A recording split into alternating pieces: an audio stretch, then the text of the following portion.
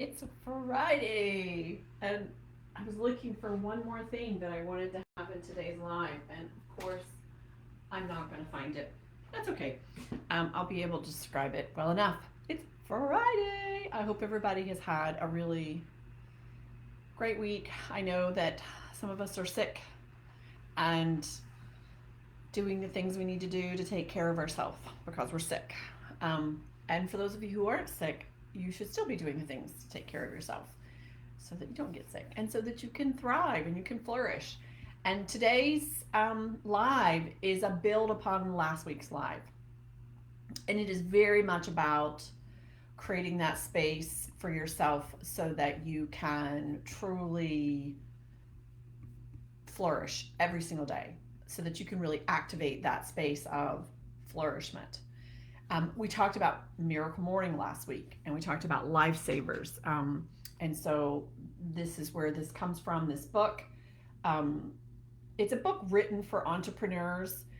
I know most of the people that are in this mastermind are not entrepreneurs as an official thing, yet what you might be trying to do in your life is very entrepreneurial. You might be trying to be a leader that is very much different from the norm that you see in your existing work environment. You might be trying to be a leader within your friend group that is breaking the norm, that is different, that's stretching yourself in a different way. I know I'm always that person in my friend group. Um, and so while it's this book was written, and there's a lot in this book that's more than just the Miracle Morning. The title of it, or the subtitle, is Elevate Yourself to Elevate Your Business. Elevate yourself to elevate the world around you, to elevate your relationships, to elevate your impact. All this is about that, right? And so we've been, in all of the group sessions and all of the self-learning and all of the stuff that we've been doing is about giving you more insights and awareness and skills so that you now feel like you have the tools, and have gotten rid of some of those nasty things. We're not even going to say what they are, so that you can. But this, what we're talking about, and we started talking about last week, and we're going to talk about today and next week, is probably fundamentally the thing that if you can commit to this thing, wherever you are on your journey, if you're still feeling like I am so far away from where I thought I wanted to be, which I don't think any of you are, all of you seem to be really thriving in embracing the learning and the skills, but you're going to keep wanting to grow and grow and grow, right? Even after you're done with this mastermind, you're going to have a next level challenge. You're going to have something else that you want to do. And you might go to another mastermind. You might find a different coach, a different leader, a different experience that's going to be your next challenge.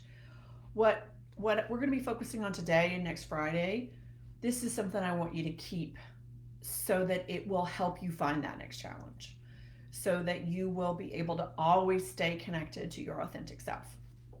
And so last week we talked about Miracle Morning. If you didn't get a chance to watch the live last week, go back and watch it. But really, it was an introduction to it.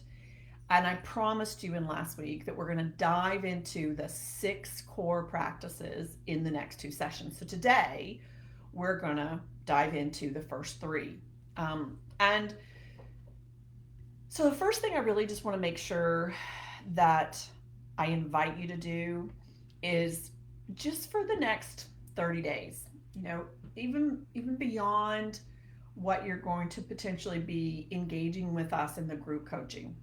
For the next 30 days, make a commitment to have a dedicated practice that's for your morning, that's for setting you up to flourish. Create some sort of dedicated practice. I'm going to give you a guide. I'm going to give you tools for the most effective practice that works and has been proven to work for not only me, but for many other people in this world who have done big, impactful things. For the next 30 days, I just want you to commit to doing something. And it can be for as little as 3 minutes this week, and then it can increase to 6 minutes next week. And you can just do 6 minutes for the whole 30 days. And that's fine. That doesn't necessarily mean you have to get up 6 minutes earlier. It might just mean that you have to rethink your existing morning routine. Is there something that you're currently doing in your morning routine that's not actually getting you into that thriving, flourishing state? So that's the first thing, is commit to a practice. You can declare right now, you can put in the comments, I'm going to commit to 30 days and I'm going to do 3 minutes this week, 6 minutes this week. You can go ahead and say, you know what, I'm going to commit 15 minutes every day. I find the ideal for me is a minimum of 30 minutes and ideally an hour. And that's for a day where I know I have a lot of fullness in that day and I need to get onto my stuff. If I didn't have anything going on, I could literally do these things all day long because some of them are just so yummy. 45 minutes is probably my sweet spot. If I do just 30 minutes, I feel a little rushed personally, but again, that's me. But I'm still super happy that I did it. Super like, yep, I stayed to my commitment. If I only can do it for 6 minutes, usually it's because I'm traveling or there's, I have some ridiculous schedule that day and I'm okay. I've actually said I'm okay with just doing 6 minutes. Or maybe it's because I'm sick. Maybe because I didn't sleep very well the night before. That's okay as well. So you may not always do the same amount of time every day, but make a commitment right now for what's your goal. What's your goal that you're going to commit to for the next 30 days? The next thing that I'm going to invite you to do is that if you are already a person who you have the practice of keeping your phone right beside your bed, your first step is probably going to be moving that phone away from your bed, because most likely if you are a person who you keep your phone by your bed, and this might not be you, if it's not you, then hooray. The first thing you do is get on your phone and you start looking at your calendar, checking email, seeing who texted you, maybe going onto the news feed, maybe going onto Facebook or whatever social media. And that is immediately engaging your stress hormones. That's immediately engaging your cortisol levels.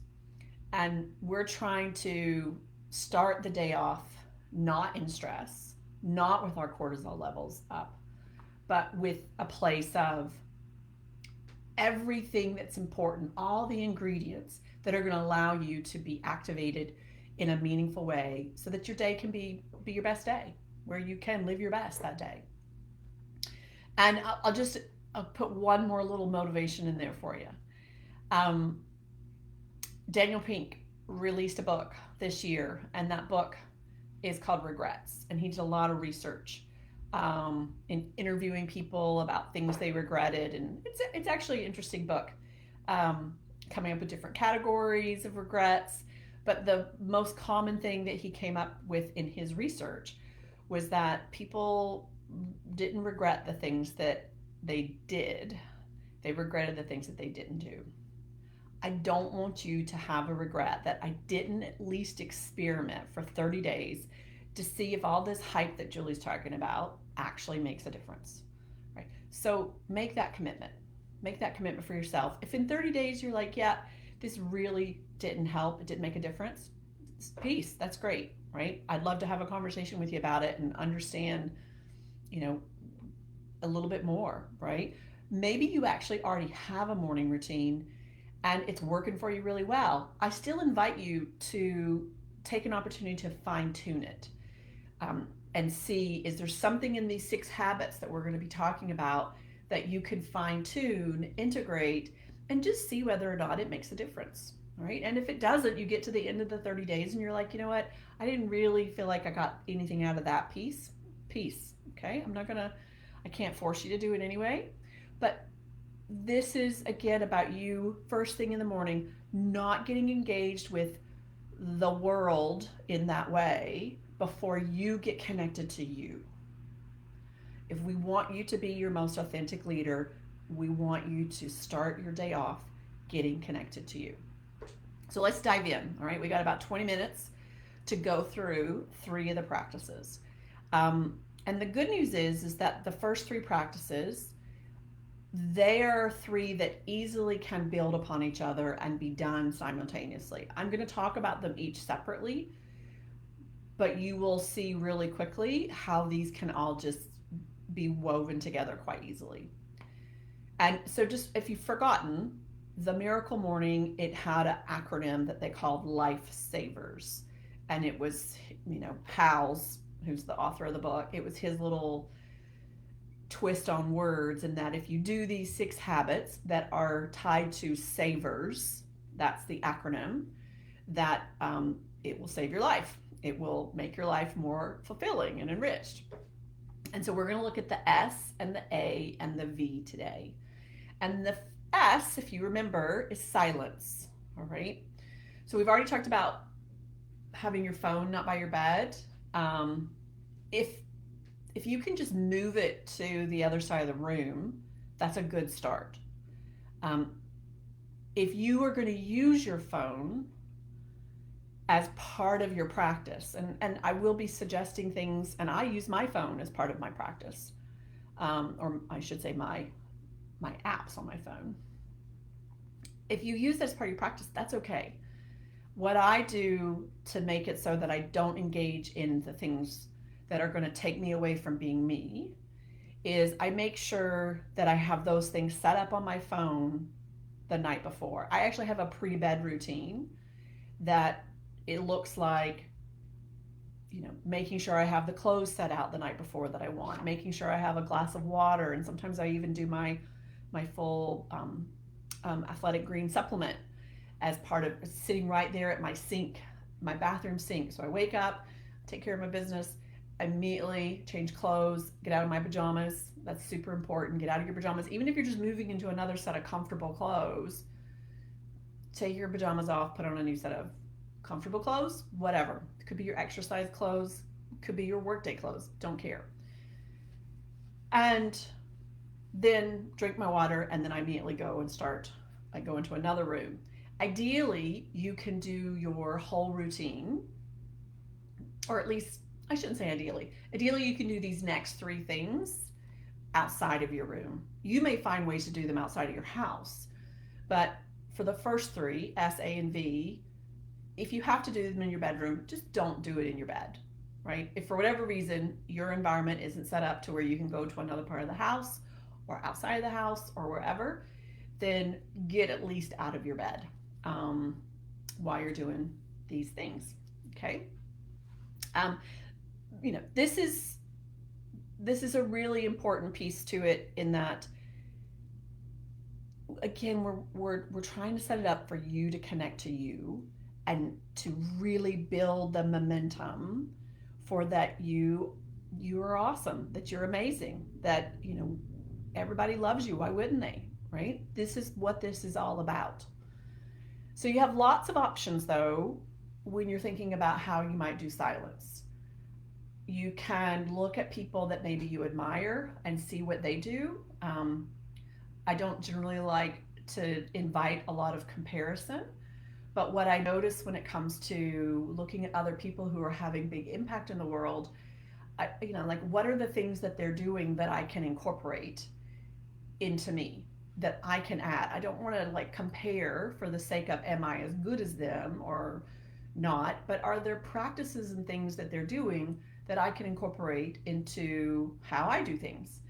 And so this is one, silence as an example, and actually all 3 of these are things that we see lots of people, whether they're musicians or actors or politicians or philosophers, people out there who are doing big stuff, business leaders, lots of amazing business leaders in the tech world and other worlds. They're doing these things, and this one is silence. And so silence can look lots of different ways. So you get to do it your way, right? You don't have to do it the way I do it. You don't have to do it the way anybody else does it. You can do things like prayer. In prayer can look whatever that looks like for you in your spiritual practice. It could be just purely reflection. Just getting up and reflecting on the day before and practicing gratitude. What am I most grateful about for the day before? What just sitting there and being at peace. The easiest thing to do in practicing silence that requires nothing is simply breathing. And there's lots of different guided breathing meditations that are out there. If you find that you want someone to tell you what to do, then you don't have to go very far. Google, I'm going to put some apps into the comments for some of those. And so it can be just a guided meditation on breathing. But if that feels annoying to you, if the idea of having to engage with your phone, if the idea of having to listen to someone else, there's two I'm going to give you right now that are super, super simple. One requires absolutely nothing, and that's just your breath, and just 1 minute. That's all you need to do. You can do it for as long as you want to. As you breathe in, just notice your breath as you're breathing in. You can actually even say to yourself, I'm breathing in. And notice the temperature of your breath. Notice as it's going up through your nose. Notice as you're counting it. How long is your inhale? How long do you hold it on at the top of your inhale? Notice as you're exhaling, and you can even say, I'm breathing out. Notice again the breath, the temperature, everything about it. So you can go you can get really curious about your breath by just paying attention to your breath. So that's a simple practice that you can do, requires nothing but you to do this practice.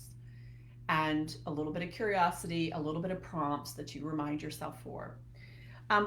When I was first starting to meditate, the practice that really helped me the most was I actually had a set of beads, and this was the little prop that I was looking for, and this is part of the move issue. As soon as this call is over with, I'm going to find them. I thought I knew exactly where they were. In any case, they were just a set of beads, and you've probably seen these in different places. You've probably seen them, people doing meditation, they might have them. They've been referred to as prayer beads. You can get all kinds. You can get kinds that are beautiful and have like lots of carvings to them and paintings on them. You can get simple ones probably at the dollar store. What I learned from someone who practices Tibetan meditation was you have a phrase and you say that phrase over and over again, and you twist a bead for every time you say the phrase. And so I think my beads have about 60 beads on it, 60 individual beads, 60. And so every time I would turn a bead, I would say the phrase. And mine happened to be a phrase in Hindi. I knew the meaning of it. It had a lot of, the phrase as it translated was, I honor the divinity that resides within me. And this was something I started 10, 15 years ago. And that helped me not get caught up into the thoughts that were also going on in my head, because we all still have those thoughts. Being in silence isn't about not having thoughts. You can practice your PQ reps in this silence, right? You can sit there in silence, connect to your breath, practice your breath. And if you start to notice those thoughts that we're not going to say, it's like we're not going to say the guy's name for you Harry Potter fans, you can practice your PQ reps. And that's part of your silence, right? So there's no judgment about doing this a right way. Having thoughts or not having thoughts, that's not the goal. The goal is just to be in silence. There's a couple of really great apps. Insight Timer is one that I've used quite a bit. I use it a lot. It has just a far reach of different kinds of different guided meditations. Sometimes it'll just be instrumental music. You can get lots of different voices, so that if you prefer a male's voice over a female's voice, young, old. There was one young gentleman who I was listening to for a long time, and he was sitting on a beach, and you could hear the waves as they were going through on the beach. And that was really powerful for me, because the ocean and the beach is a big part of it. But you get to practice it however you want to and experiment. I don't use the beads so much anymore, right? It's not part of my practice, but I still practice silence. I don't use the meditation apps so much anymore, but I still practice silence. So practice something, experiment with something for the next 30 days, even if it's just your breath, and adjust it as you want to. If one way works for a while and then you're finding it's not, or you just want to try something different, then try something different. We change, we evolve, and you learn new things. A new app comes out and you're like, oh, that sounds like a really cool thing. Or somebody teaches you something. It's all good. It's all good. But just remember, if you are going to use your phone, set it up the night before. One of the things I've been doing recently, and I'm going to suggest this when we get to the next one, is I actually have a recorded message on my phone that I want to listen to. That's my affirmations, and I will listen to that. And so I will have it set up with that audio ready to play the night before. So as soon as I get up and I get into my space, all I have to do is open my phone and hit play. And then therefore I'm not tempted to engage in all the other stuff. Okay? So this first routine of silence, we're spending a little bit more time on it because the other two you're going to be able to do them together. But it's just so important for you to connect with you.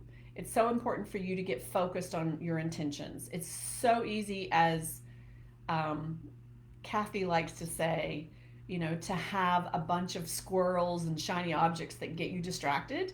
We want you to stay focused. You can't stay focused if you don't at least start your day trying to get some focus. A couple of last things. If you're sitting, make sure that your knees are lower than your hips. That's going to help your posture. It's going to help you be more straight upright. So knees lower than your hips. So you could be sitting in a chair with your feet flat on the floor, or you can be cross-legged, sitting flat on the floor or on a pillow. Doesn't matter. But ideally, whichever way you sit, knees lower than your hips, and then you're just trying to have a posture that's straight. I like to imagine a string coming out of my head and kind of lifting me up. Okay? So let's go into affirmations. All right? I think a lot of people know what an affirmation is. It's mental programming or reprogramming to get you committed to your dreams, to get you focused on your goals. But a lot of people don't do them correctly. A lot of people will come up with things like, I'm a millionaire, if money was a big thing like that. Well, for most of us, I think, we're not already a millionaire. Maybe that is one of your things that you want to be, but you're not there yet. So just to say, I'm a millionaire, I'm a millionaire, I'm a millionaire, it doesn't feel genuine. It doesn't feel authentic. So the affirmation needs to be something that you actually fully feel, that you fully believe in it, and you're fully committed to it. And the saying of the affirmation, or the hearing, listening, or writing of the affirmation is about you getting even more strong in that affirmation. It's about you getting even more steadfast in that. Really, getting to that place of starting to become embodied into it. It also needs to have action to it, right? It can't be something that's passive. Needs to have action. So just saying something like, I am money magnet and money flows to me easily, that's just passive. It has no action. So there's 3 key steps to creating affirmations that are from the Miracle Morning book, that I will put them in the notes. So if you have pen and paper now, certainly take your own notes, but they're going to be in the comments. You want to start with first writing down one very specific, extraordinary result or outcome that you believe is going to significantly improve your life. That's a challenge that you really want to step up to. You might not know how you're going to do it, but you know it's something that's really important to you, right? And then you're going to add to that writing that specific extraordinary result or outcome, you're going to add to it the why. Why is this important to you? What's the real compelling reason, right? So now you got the what, what's the outcome or the result, the why, and then you're going to write down the actions that you're committed to taking right now to try to achieve that. Those actions might just be, I'm committed to go finding people who can help me understand how to do this. I'm committed to repeating my affirmation every day for 5 minutes a day. I'm committed to reading a book, whatever. It doesn't have to be the how you're going to get it 100%. It's what are the actions you're committed to. And so clearly state what those actions are and how often. And you want to be super specific. And so step 3, it's about just repeating those affirmations every morning and really feeling them, really getting connected to them. So this is where I said you can incorporate it into your silence. You can record it on your device and then listen to it, have it repeated back to you. If you don't like the sound of your own voice, then ask somebody else to do it for you. You can have it written on your device and you're just reading it off your device. You can have it written in your journal.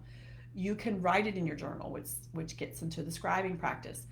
I have multiple affirmations. And so some of my affirmations are just on a big Post-it note, and they're like, I've got one sitting here right beside my door on my office. I have another one that sits up with a book that I'm reading. I have a affirmation that's tied to how I'm wanting to move the relationship with my husband in a new way. And so I have a relationship affirmation. I have a business affirmation. I often have health affirmations. What's the affirmation about how I want to improve my health? So you can have multiple affirmations, and that really is another part of the step in the Miracle Morning, is be committed also to evolving your affirmations, adding a new one, fine-tuning it, changing your actions. They do need to be modified, all right? And so there's lots of examples. I'm going to give you a couple bad examples in the comments, and I'm going to give you a couple good examples, including one of mine that is the one I alluded to from a relationship standpoint, okay? So, affirmations, okay? The last one is visualization. And again, this is a pretty well-known practice. Lots of people do it, but this one's really interesting. Mary's going to like this because she loves her positive intelligence and the science part of it. Part of what makes visualizations work is things that we've learned recently in science around neurology and mirror neurons. And what they've actually found is that a lot of high-performance athletes or athletes of any kind, I'm noticing it, in some of the athletes in my house, is that you can actually improve your abilities and do better just through the visualization, right? Yes, you can practice. Alex, one of my sons, he's he is an amateur golfer. He has the dream of being a professional golfer, and he spends a lot of time visualizing. He definitely spends a lot of time at the golf course, on the driving range, practicing. But he incorporates a part of every single one of his swings. He does a visualization before he does the swing, because there's so much science that's telling us that these mirror neurons really, really make a difference. And so I'm going to actually have you do something. It's going to take less than a minute, that I actually did in a Tony Robbins workshop, and it's really great. All right. So if you're watching this, I want you to stand up, and I want you to just lift your hands. Hopefully I'm going to remember this, how it goes. Lift your arms up, and I just want you to swing them around, okay? Just do that once. Now I want you to close your eyes, and I want you to just visualize swinging them. I don't actually want you to swing them, just visualize swinging them. Imagining your right hand really swinging all the way over across the front of your body, while your left hand swings all the way around the back of your body. And as it goes and rotates in the other direction, just really visualize the power of your swing. All right, now you can open your eyes, and I want you just to swing. And I would bet that you have already swung further than what you did the first time, without practicing, without doing it more. Sure, we could have practiced a bunch and we would have gotten there as well, but we also just visualized it. That's a really, really simple example, and we could have spent a little bit more time on it. The point of that is that you're imagining you do your affirmations. You're thinking about this goal, this challenge, and now you're actually visualizing taking the steps. You imagine doing it. You imagine it happening. You imagine how it's going to feel when it happens. And you want to take that to as far as to where it still feels good. If you start visualizing and it starts to feel like that just seems way too out there, like I can't imagine it, it just seems too ridiculous, then that you need to bring it back. You need to bring it back into something that you can actually imagine yourself doing, right? So, and you just keep building and building and building upon that, right? So if one of your dreams is, I'll pick on Kathy because I know one of her dreams is around singing, and I don't know that this is your dream specifically, but it's a good one. If one of her dreams is to be a, world-class singer on a stage with thousands and thousands of people coming to see her, that may feel way too hard to think about that. So that's one where you might start off with, I just want to imagine singing in front of a group of people, and that's it. Nothing more than that. So remember, all of this is just about you launching your day in the best way possible, so that you get connected to you, so that you give yourself the best opportunity to be your best, whatever that best looks like. And I'm only inviting you to start off with 3 minutes a day minimum. If you do more than that, awesome. If you only can make 3 minutes work, amazing, because that still probably feels like a lot. Figure out how I'm going to make that happen. So there are no prizes or rewards for how many more minutes you do it. All the prizes and the rewards are for just doing it. Practicing silence, practicing affirmations, saying your affirmations, right? So you might want to start today with actually creating an initial affirmation. And I'll give you some examples. And then doing your visualization. And all three of those can be sort of incorporated together, however you want to do it. So have fun. Next week, we'll do the last three, which are ERS, exercise, read, and scribe. And so again, I'm going to give you tools. I'm going to give you examples of what I do. I'll give you examples of what I see other people doing that seems to work really well for them. All things that you can do, again, in a minute. And you can expand them to be however long you want to. And all three of those are things that you can incorporate with one of the other practices, sometimes multiple of the other practices. So we're going to find your unique way of how you're going to implement these practices into your morning. I'm going to give you lots of options and make sure you have exactly what you need to do it.